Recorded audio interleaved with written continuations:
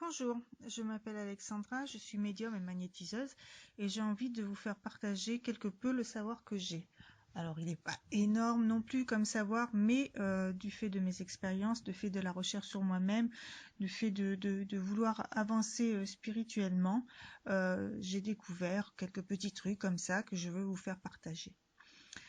Tout d'abord, je suis un peu sceptique vis-à-vis aux gens qui, du fait d'être très spirituels, prennent une façon de parler très, comment dire, très solennelle et très, je dirais presque gourou, hein. Euh, Parce qu'on peut s'approcher spirituellement des hautes sphères, on peut atteindre l'éveil et finalement rester totalement soi-même. Parce que il faut pas détacher les choses de la vie quotidienne et du spirituel. C'est un tout en fait. Voilà. Donc ça, c'était déjà une première chose. Et puis un petit peu ma remarque à faire sur ce qu'on fait du spirituel actuellement, qui je trouve est bien souvent très faussé. Alors, qu'est-ce que je peux vous apprendre? Donc moi, je me suis découverte médium au fur et à mesure du temps, bien que je le sache depuis très longtemps. C'est en avançant dans la vie que je me suis rendu compte que, effectivement, oui, je l'étais. Parce que lorsqu'on est enfant, qu'on parle à un ami imaginaire, euh, pour moi, ça me semblait être le cas de tous les enfants. Donc je n'avais pas réellement conscience. Quand j'étais enfant, que j'avais peur du noir parce que je voyais des choses bouger et que je passais d'une pièce à l'autre en les allumant puis en retournant éteindre la précédente et ainsi de suite, pour moi je pensais que c'était tous les enfants qui étaient comme ça. Donc euh, forcément je voyais des choses, je ressentais des choses, euh, mais pour moi tous les enfants étaient ainsi, donc j'étais pas vraiment dans la prise de conscience. Arrivée à l'adolescence chez ma grand-mère qui donc elle est initiée depuis très longtemps, qui est médium et une très très bonne cartomancienne également, m'a appris beaucoup de choses de ce côté-là, m'a expliqué beaucoup de choses aussi, mais j'étais encore peut-être un peu jeune pour réellement palper la totalité de ces sphères et de ce monde. Pour moi c'était magique, c'était merveilleux, mais ça n'est pas que ça. Plus tard, à l'adolescence, j'ai fait ma crise d'adolescente. Alors certes, je tirais les cartes aux copines, certes c'était vrai, mais bon voilà, ça restait presque encore de l'amusement pour moi, plus que de la réalité et, euh, et de l'incroyable. Ensuite, j'ai commencé à avoir ma vie de femme. J'ai travaillé, j'ai eu mon mari, j'ai eu mes enfants. Donc tout ça a été mis de côté, surtout quand j'avais des enfants qui étaient petits. Ça me demandait beaucoup de travail.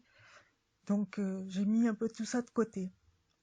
C'est plus tard, lorsqu'ils ont commencé à être un petit peu plus grands, que je me suis retrouvée avec un petit peu de temps libre, que ça m'est revenu, que j'ai ressorti mes cartes et que je me suis à nouveau beaucoup interrogée sur ce que je vivais, ce que je ressentais et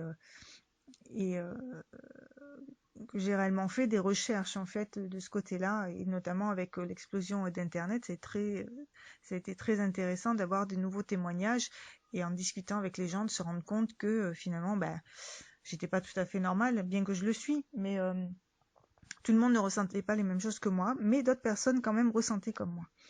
Donc je me suis aperçue que finalement je me connaissais sans me connaître. Alors est intervenue la recherche du moi intérieur. Du moi, qui suis-je vraiment finalement? Parce que je pensais être telle personne, et finalement il s'avère que j'ai toute une partie de moi-même qui n'est pas approfondie et que je connais pas. Et puis finalement, est-ce que je suis bien ce que je pense? Euh, Est-ce que ce que je vois, ce que je ressens, c'est bien vrai? Est-ce que je suis pas en train d'halluciner, etc., etc., etc. Donc tout ça a été un long cheminement euh, qui s'est pas fait en un jour forcément. Alors qu'est-ce que j'ai appris? Alors sur Internet, on nous parle de vie spirituelle, de vivre au présent, euh, de d'augmenter son taux vibratoire, enfin plein de choses comme ça. Mais alors toutes ces notions-là, pour moi, étaient complètement inconnues et je découvrais. En même temps, un jour, je suis tombée sur un vieux monsieur qui m'a attrapée et qui m'a dit, bah, toi, tu peux soigner, toi. tu le sais pas encore, mais tu as des dons pour soigner et tu seras même étonné par ce que tu peux faire. Il avait bien raison, c'était il y a déjà quelques années. Donc, sur ce qu'il m'a dit, j'ai fait un petit peu plus de recherche du côté du magnétisme, hein, vu que j'ai un fort magnétisme. J'ai fait des recherches sur Internet, mais bon, c'est pas très clair. Je me suis ensuite documentée sur des livres, et puis j'ai trouvé un livre très très bien, qui m'a beaucoup appris, écrit par une Américaine, dont j'oublie chaque fois le nom, mais je vous donnerai de toute façon les références plus tard. Voilà, donc j'ai lu, parce que oui, je suis comme ça, j'aime beaucoup apprendre par moi-même, je suis curieuse, je fais beaucoup de recherches, et donc j'ai trouvé beaucoup de mon savoir par les livres, par les témoignages des autres en fait. Voilà, donc j'ai compris petit à petit comme ça qui j'étais. Donc j'ai commencé à exercer mon magnétisme sur mes enfants, forcément, hein, sur ma famille très très proche, et puis je me suis rendu compte que ça fonctionnait. Donc après j'ai un petit peu élargi sur des amis, et ça fonctionnait toujours. Donc après j'ai décidé de le mettre, de le mettre au service des autres. Voilà. Donc comment j'ai créé en quelque sorte mon entreprise entre la médiumnité et le magnétisme, et que je me suis déclarée auto-entrepreneuse. Tout ça aussi pour vous dire que actuellement on a énormément de stages de Reiki. Le Reiki est une science chinoise ou japonaise, je ne sais plus, qui date de très très longtemps, qui en fait s'apprivoise et s'approche énormément du magnétisme, hein, vu qu'on travaille également avec les énergies, et qui est quelque chose d'extrêmement vrai et merveilleux. Mais je bloque un petit peu sur toutes ces écoles de Reiki, entre guillemets, qui vous font des stages pour passer le premier, deuxième, troisième degré et devenir maître Reiki contre des sommes assez importantes, enfin je trouve. Bon, voilà, je pense que là-dessus, il y a quand même un sacré commerce. Alors certes, il y en a qui le pratiquent très très bien, hein, mais je pense que ces stages sont un petit peu trop réducteurs, voilà, de ce que c'est réellement. Ça, c'était la petite parenthèse sur le Reiki. Alors après, dans mon évolution, forcément, lorsque je me suis mise auto-entrepreneur, j'ai été prise de beaucoup de doutes, parce que là vient la responsabilité qui dit donc auto-entrepreneur demande de donc avoir un revenu, donc ce qui veut dire se faire payer. Et là, se faire payer, pour moi, ça a été très difficile, parce que le faire comme ça, une fois ou deux, pour une copine, en passant, finalement, elle me paye pas, donc si je me suis plantée, quelque part, c'est pas bien grave, mais le faire pour des gens qui te donnent une somme d'argent, et là, d'un seul coup, tu dis, merde, si je me suis plantée, ça craint. Et voilà, ça m'a posé d'autres soucis. Donc, résultat, ces inquiétudes m'ont causé des blocages. Ah, super, quand on commence à se déclarer. Mais c'est la vie, c'est comme ça, c'est comment apprendre à se gérer soi-même. Donc voilà, j'ai eu ces soucis-là pour commencer, mais bon, finalement, j'ai eu quelqu'un de génial qui m'a dit, parce qu'il y en a des personnes géniales, hein, dans le spirituel, dans l'ésotérisme, qui m'a dit, mais ma cocotte, au temps du Moyen-Âge et avant cela, l'Antiquité, etc., il y a toujours eu des divins, des devins, des voyantes, des sorcières, et elles demandaient un échange quand même pour leur bon service. Donc ça n'a jamais été gratuit, même si à l'époque ça se monnayait pas en argent, c'était un échange, une espèce de troc, un échange de quelque chose. Donc elle me dit, donc ça a toujours existé, ne te fais pas de soucis pour ça. Je dis ouais, mais là tu te rends compte, c'est une somme d'argent, c'est pas une tarte, enfin voilà quoi, je veux dire, c'est pas quelqu'un qui m'apporte une tarte aux pommes ou autre, enfin c'est, elle me dit oui, mais il faut voir que dans l'univers tout est énergie, et ce qui est réel, on est une unité, tous différents, mais tous un finalement, tous ensemble, tous la même énergie qui évolue, qui avance, alors pas toujours dans le même sens, mais voilà, nous formons un avec l'univers, et donc il faut qu'il y ait un échange d'énergie. Quand toi-même tu prends ta propre énergie pour donner aux autres, il faut qu'ils te la rendent. Et finalement, un billet, une pièce, qu'est-ce que c'est? Ben, c'est également de l'énergie qui circule. Donc tu n'as pas de remords à avoir, c'est tout à fait normal.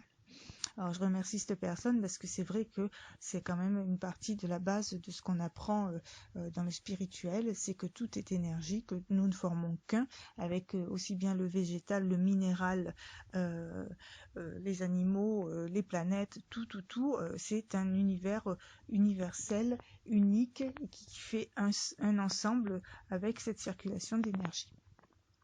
Donc voilà. Alors là, bon, je me suis sentie mieux et ouf, je me suis débloquée et j'ai enfin pu commencer à travailler. Mais toujours pareil, l'évolution, elle est constante et donc arrive un moment où je me remets encore à avoir des doutes sur moi-même, etc., etc. Notamment sur cette joie de vivre, ce côté positif qu'on doit toujours avoir pour pouvoir attirer à soi-même le positif, car si on s'entête à être dans le négatif, eh bien on attire du négatif.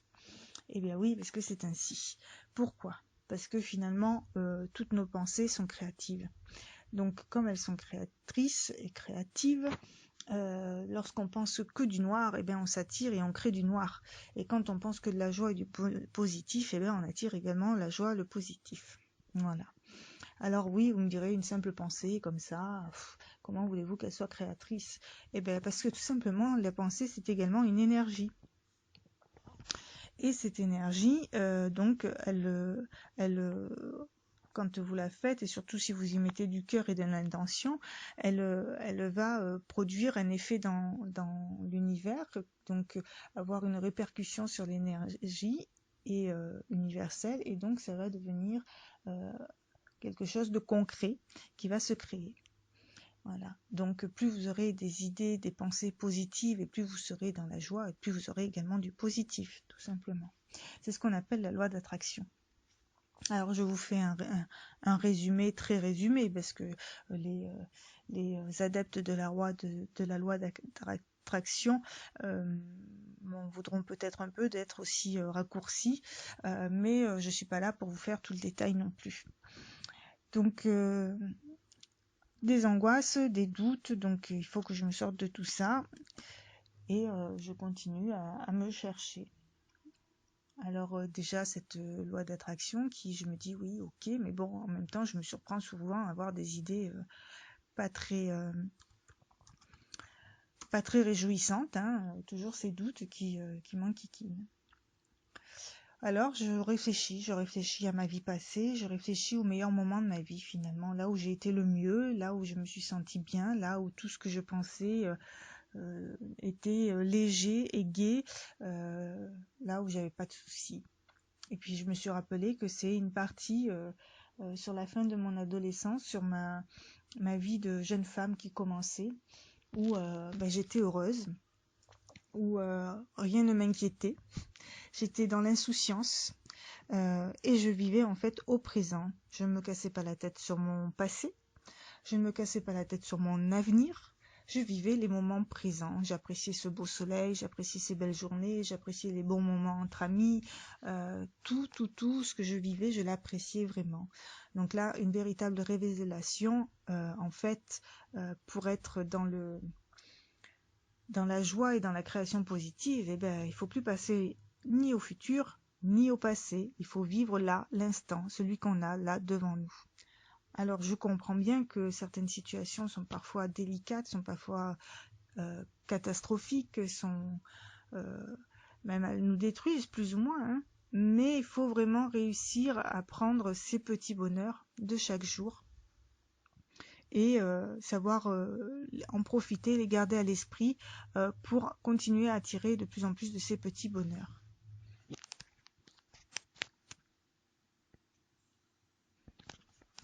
Donc super important, se mettre dans cet état d'esprit où on a tous eu à un moment de notre vie une période où on était ni totalement sorti de l'enfance, ni totalement encore dans la vie adulte, où tout était merveilleux, tout était bien, tout était chouette, et en fait parce que tout ce qu'on vivait, on le découvrait, on l'appréciait, sans se soucier ni du futur ni du passé.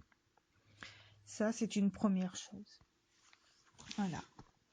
Après, il faut savoir être soi, c'est-à-dire arrêter de se mentir, arrêter de mentir aux autres, arrêter d'avoir honte plus ou moins de ce qu'on fait, de ce qu'on dit,